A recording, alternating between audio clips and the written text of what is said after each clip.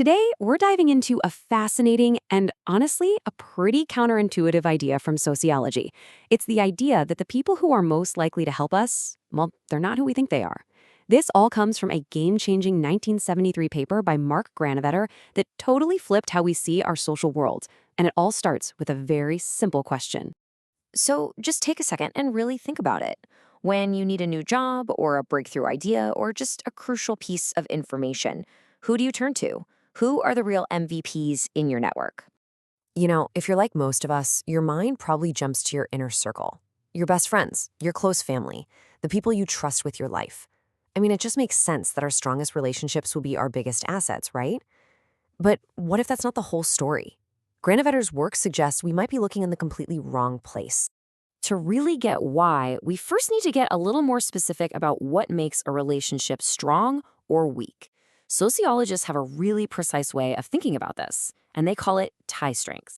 So, a strong tie, it's pretty much what it sounds like.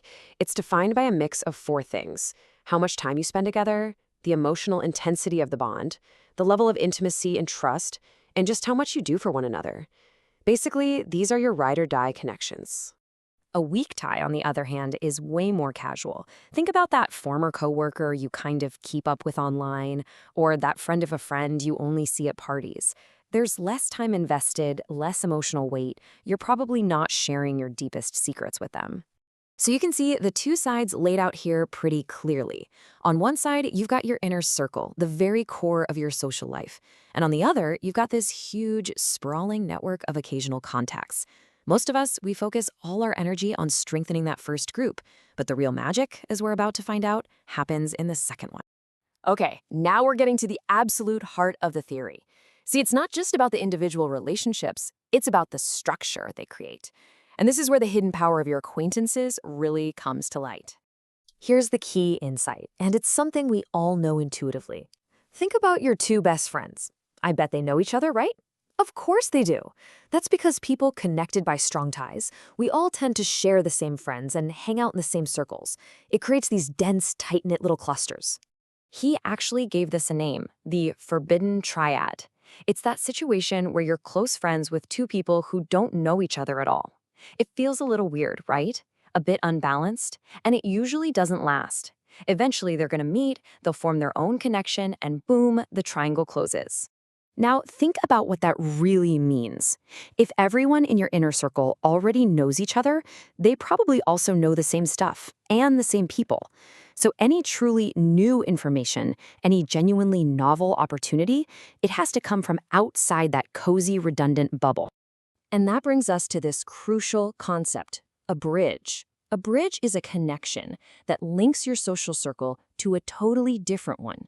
And if you think back to that forbidden triad rule, a bridge just cannot be a strong tie, which leads to the big punchline. All bridges, every single connection to a new world of information, are by definition weak ties. Okay, I know, that's a fantastic theory, but is it actually true?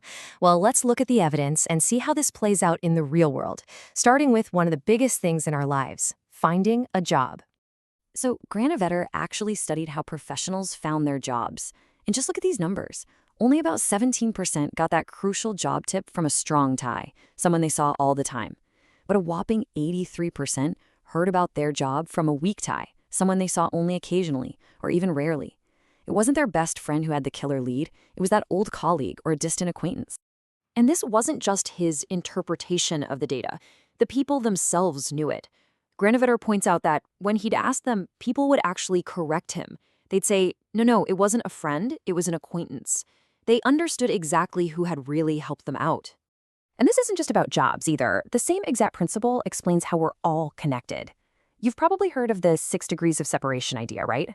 Well, that whole concept comes from these famous small world experiments, and they provide even more powerful proof for the role of weak ties. In these wild experiments, people were asked to get a package to a complete stranger, maybe all the way across the country, just by passing it through a chain of people they knew. And get this, it only took, on average, 5 to 8 steps. But how? Who were these critical links in the chain? One study looked specifically at chains that had to cross racial lines, a huge social distance. And the difference is just staggering. When the next person in the chain was an acquaintance, a weak tie, the package had a 50% chance of making it. But when it was a friend, a strong tie, that completion rate was cut nearly in half. Weak ties were just way, way more effective at bridging that gap. Okay, so let's pull all of this together.